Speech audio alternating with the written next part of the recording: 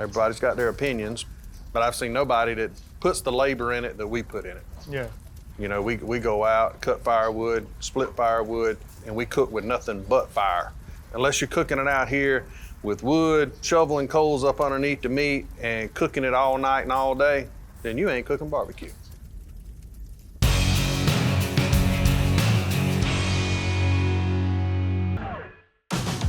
South Carolina is made up of God's country.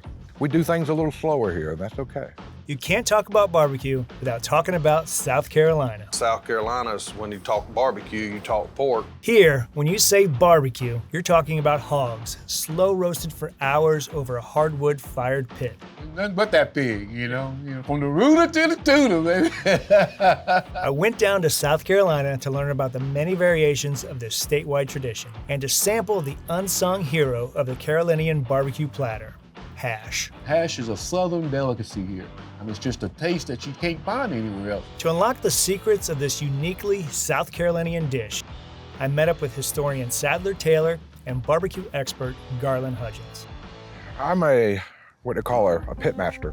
So I used to travel the state cooking in cow pastures and parking lots, trying to prove we made the best barbecue. You definitely gotta love it, and it's easy to love. What people forget about barbecue is it's a lot of work. That's right. I mean, this is not something that you can pick up casually and just kind of do. It is a lot of hot, sweaty work. Smoky. Yeah. It's something you are. It's in your blood. Though it might not be pretty, hash is an important part of South Carolina's culinary history. I think hash was born out of necessity. Historically, when you are trying to use everything that you have on the farm, you're going to save the good cuts of meat to do your barbecue and then take all the extra parts, grind them up, and make something edible out of it. So at first glance, hash doesn't look like much. How do you get past the looks and get into it and get people to enjoy the flavor of it? For myself, the first time I saw it, I was like, what is that? And why is it that color? But I agree, you eat with your eyes first. I agree with that.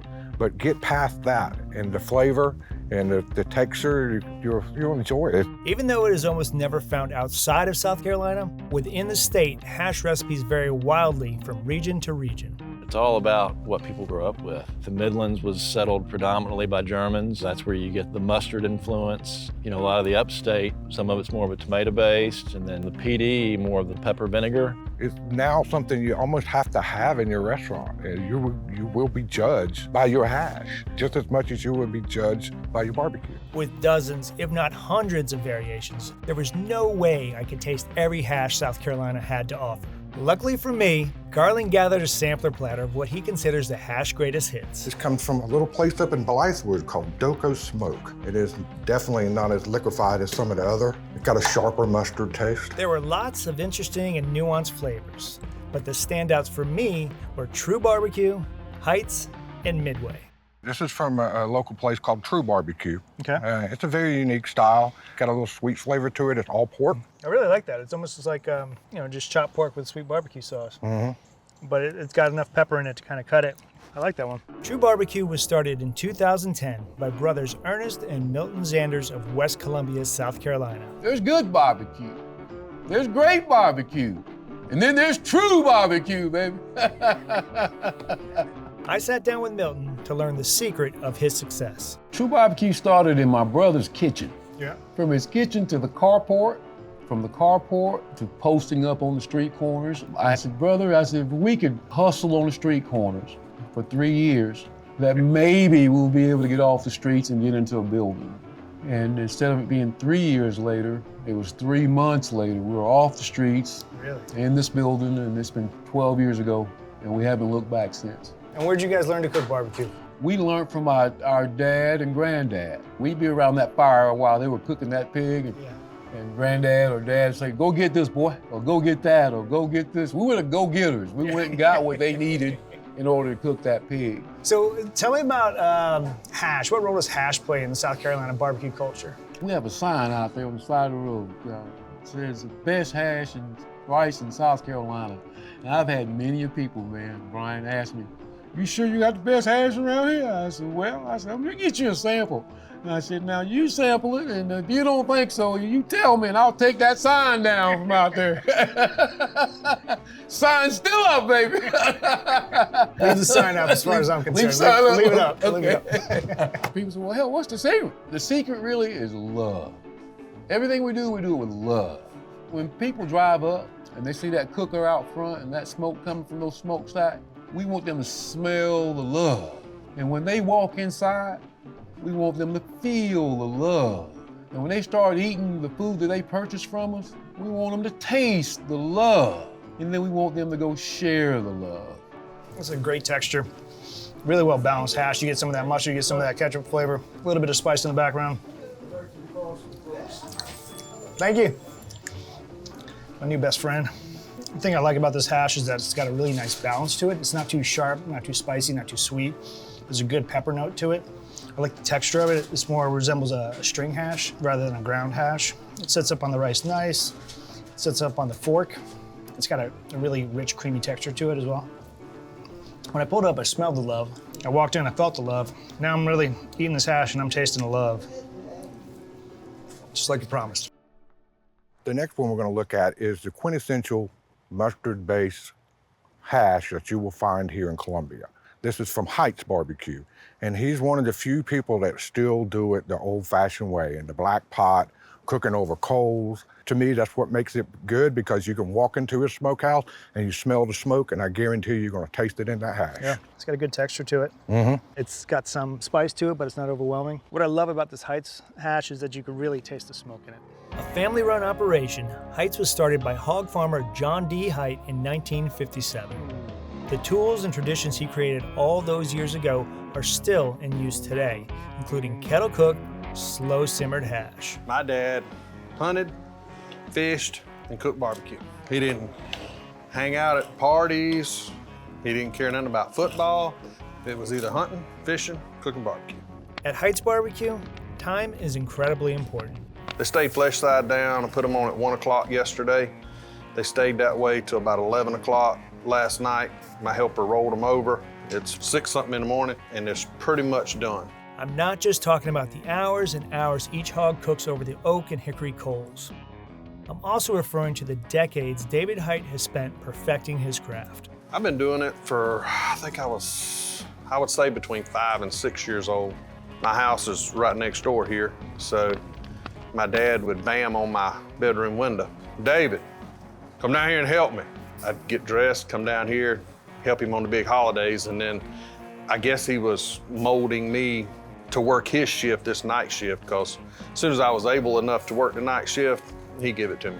How old were you then? I would say 14, something like that. My family pretty much still works here. My mom still helps me, my sister still helps me, and I think what makes us unique is these pits. You know, we go out, cut firewood, split firewood, and we cook with nothing but fire. And when David says that everything is cooked over a wood fire, he means it. Even the smoky, rich hash gets the live fire treatment. We cook, generally end up with about 4 pots of hash. The pots are 15 to 20 gallons a pot, so. The hash starts by adding pork shoulders, hams, and livers to big cast iron kettles with onions, salt, and pepper. It's then covered with water and cooked for at least 3 hours until the meat is tender. I'm not sure where you buy this dipper at, but Yeah, how long has that been around if for? this one ever breaks. It's been around, I know, 40-something years, because I've been using it that long. How many pounds of meat do you have here? I would say it's probably somewhere in the neighborhood of 120 to 130 pounds of raw meat. After the bones have been removed, the meat is run through a grinder. How old is that machine there? It's as old as I am. I bought it from a Piggly Wiggly going out of business. The broth is seasoned with cayenne and black pepper before the meat is added back in. Yeah, you're doing it for flavor. You're not doing it to make somebody say, I like spicy food, you know? Yeah. Put a cup of sugar in each pot. So now I let it set like that. It'll soak up even a little bit more of that juice. Okay.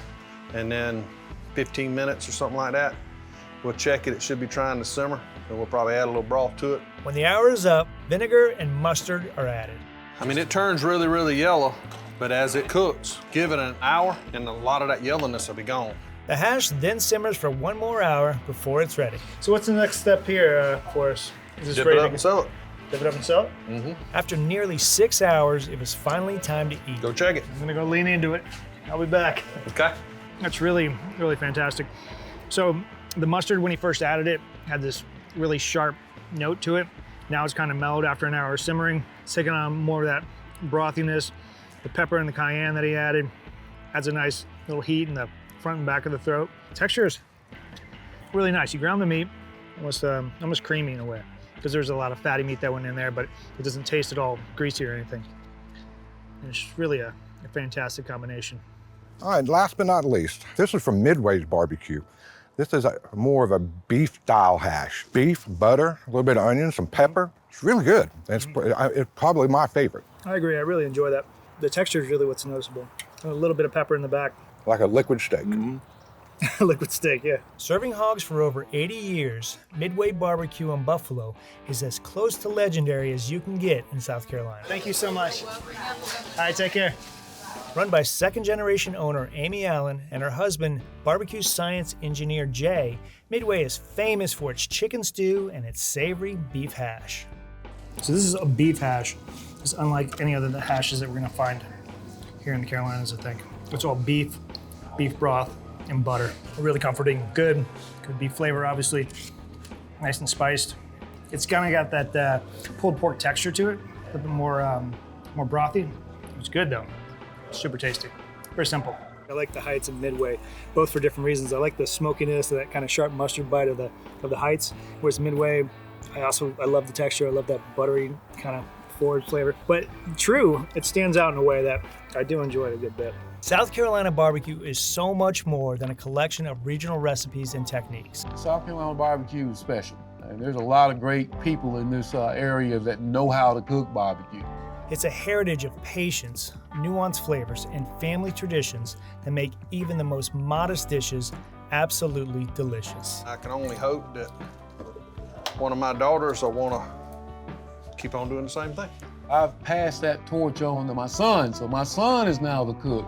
That tie to the land, that tie to that history, that family history, and that community history, that's what I think kind of tells that specific South Carolina story. Yeah, fellowship. That's Yeah, how you get to know absolutely. people. That's how you get to know people.